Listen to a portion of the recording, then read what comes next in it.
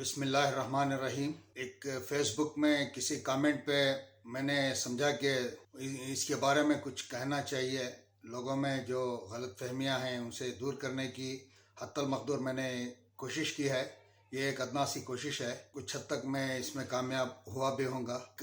کسی پوسٹ پر کسی نے کہا کہ جماعت اسلامی ہند 73 فرقوں میں کا ایک فرقہ ہے، تو اس کے بارے میں بتانا چاہ رہا ہوں کہ اگر جماعت اسلامی ہند ایک فرقہ ہے تو اسلام کے ماننے والے جتنے بھی مسلک ہیں وہ فرقہ ہیں، اور جب کسی مسلک کو فرقہ تسلیم نہیں کیا جاتا تو اس سے کہیں زیادہ جماعت اسلامی ہے کہ جسے کسی بھی صورت میں فرقہ تسلیم نہیں کیا جا سکتا۔ جماعت اسلامی کا اپنا کوئی مسلک نہیں ہے کہ جس کے اپنے چند مراسم کو اختیار کرنے کا حکم دیا جاتا ہو اور جس کے اختیار کرنے سے اسے اس کا ممبر بنا لیا جاتا ہو۔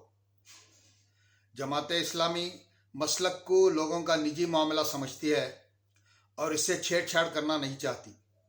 جماعت کو اس بات سے کوئی اعتراض نہیں ہے کہ کون کس مسلک پر عمل پیرا ہے، وہ تمام مسلک کو حق سمجھتی ہے، اس لیے اس کے پاس تمام ہی مسلکوں کے افراد ہیں۔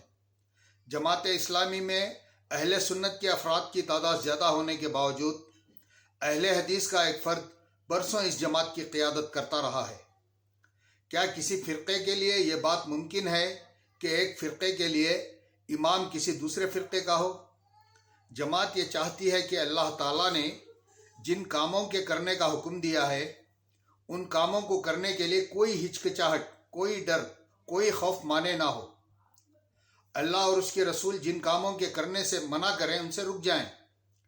کسی قسم کا لالچ یا منافع کی خواہش انہیں اللہ اور اس کے رسول کے فرمان کے خلاف جانے نہ دے۔ اور جو لوگ بھی ان باتوں پر عمل کرتے ہیں، جماعت ان لوگوں سے خواہش کرتی ہے کہ وہ اس جماعت کے کام میں ہاتھ بٹائیں۔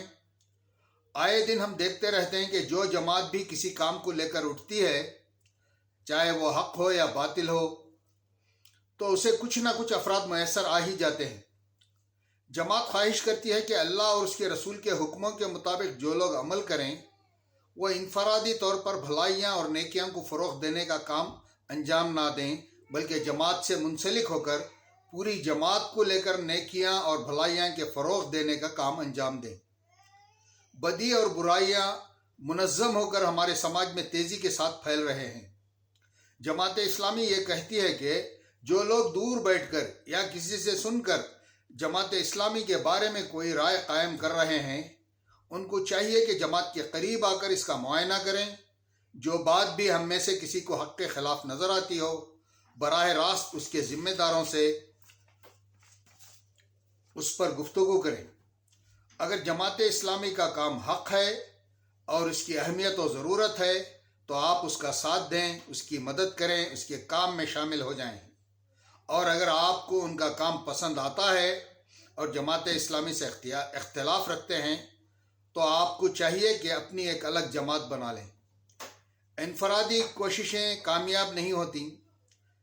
جماعت اسلامی تو چاہتی ہی ہے کہ اس طرح کے کام انجام دینے والی جماعتیں اور بنیں، کام میں تیزی آئے، خدا کا پیغام خدا کے بندوں تک جتنا جلدی جتنا زیادہ ممکن ہو سکتا ہے ہو جائے۔ جماعت اسلامی تو ہر اس جماعت کی مدد کرتی ہے جو زمین میں بھلائیوں کے فروغ کے لیے جد و جہد کرتی ہیں۔ جماعت اسلامی ہند نیکی کے کاموں میں برادران وطن سے بھی مدد لیتی رہی ہے اور ان کو جہاں مدد کی ضرورت پڑی اس کی مدد بھی کرتی آئی ہے۔ جماعت یہ چاہتی ہے کہ اللہ اور اس کے رسول کا حکم، اس کی تعلیمات، اخلاقیات، معاشیات، مساوات، عدل و انصاف کا ہر پہلو بازاروں میں دستیاب ہو، صرف جمعہ کی تقریروں، وعظوں اور درسوں کے اندر ہی نہ رہے۔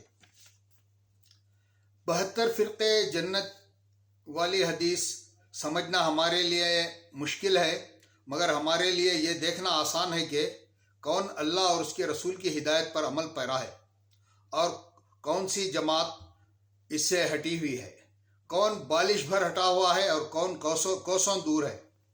اللہ نے ہم کو عقل سلیم، دل و دماغ، سب کچھ اسی لیے تو نہیں دیا ہے کہ ہم ہمارے کاروبار اور لین دین کے لیے اس کا استعمال کریں اور دین کو سمجھنے کے لیے اپنی خواہشات یا ہمارے بزرگوں کے بتائے راستے پر سرپٹ دوڑنے لگیں۔